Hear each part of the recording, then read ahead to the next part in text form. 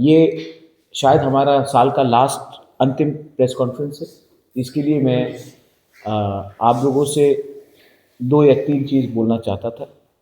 First, जो language का issue है उसमें हमारा पार्टी का व्यू एकदम क्लियर है कि जो सेंटिमेंट हमारे कम्युनिटी का है उसको government of India, state government को रिस्पेक्ट करना चाहिए and Kokborok should be in the script of our own liking which is Roman script.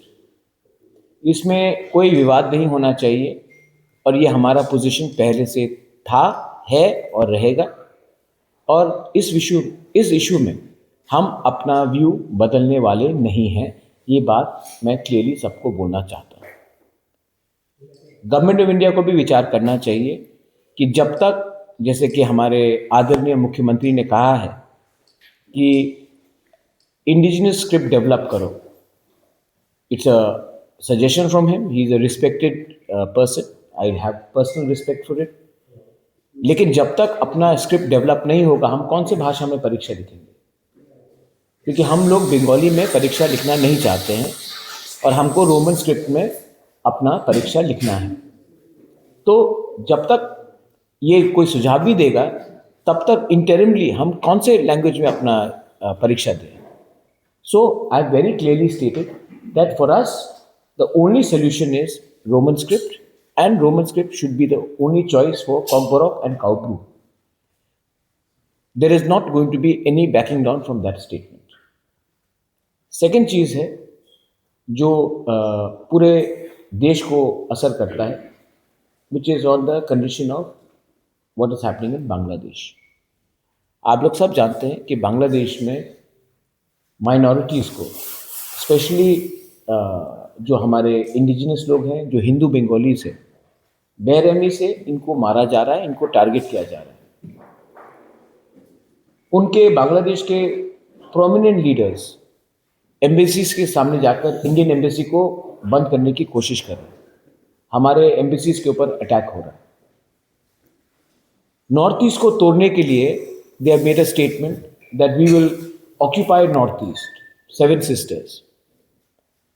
और मुझे आश्चर्य लगता है कि हमारे कोई लोग हैं जो बोल रहे हैं कि शेख हसीना को आप वापस बांग्लादेश के हवाले कर दीजिए।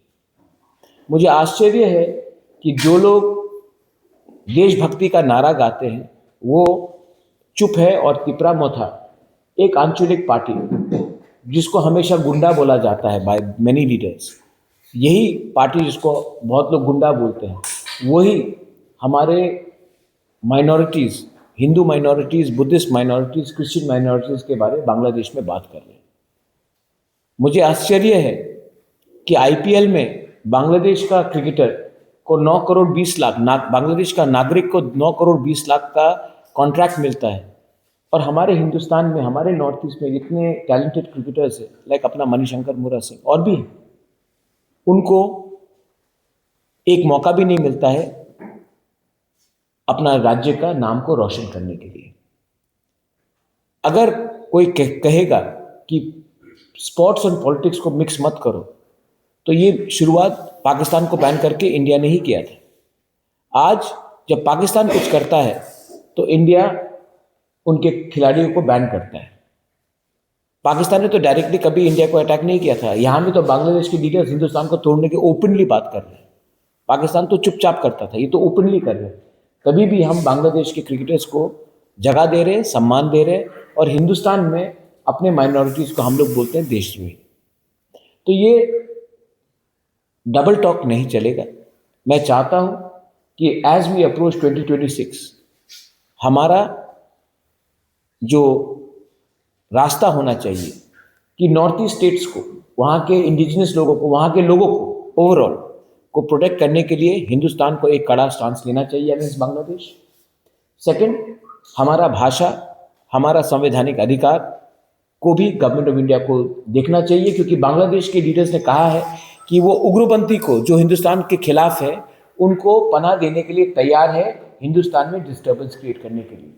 जब हमारे लोगों को अपने भाषा में हमारा भूमि का रक्षा, हमारा कॉन्स्टिट्यूशनल राइट्स नहीं दिया जाता है, तो हम डायरेक्टली ISI बांग्लादेश, जो आजकल ब्रैकेट में मैं बांग्लादेश को मिनी पाकिस्तान बोलूँगा, ये लोगों के हाथ में हम अपना यूथ को, गुमराह यूथ को जो फ्रस्ट्रेटेड है, उनको मौका दे रहे हैं उनके पास जाने के लिए। तो मैं रिक्वेस्ट करता हूँ through the media that the state government and the government of India should come out with a clear policy regarding Northeast and to protect the future generation of our people. Once again, thank you very much. आप लोग यहाँ में आए हैं, आपने दिखा भी होगा कि पिछले थोड़े दिन से हमारा रैलीज भी चल रहा है, हमने मोबिलाइज भी किया। I want to thank all the people जो रास्ते में आए, होमचांद रैली किया, जो पॉलिटिक्स में नहीं है, who have no interest in politics, who are non-political, उन्होंने भी हमें समर्थन दिया है। I want to भाषा के लाइन में, और I also want to thank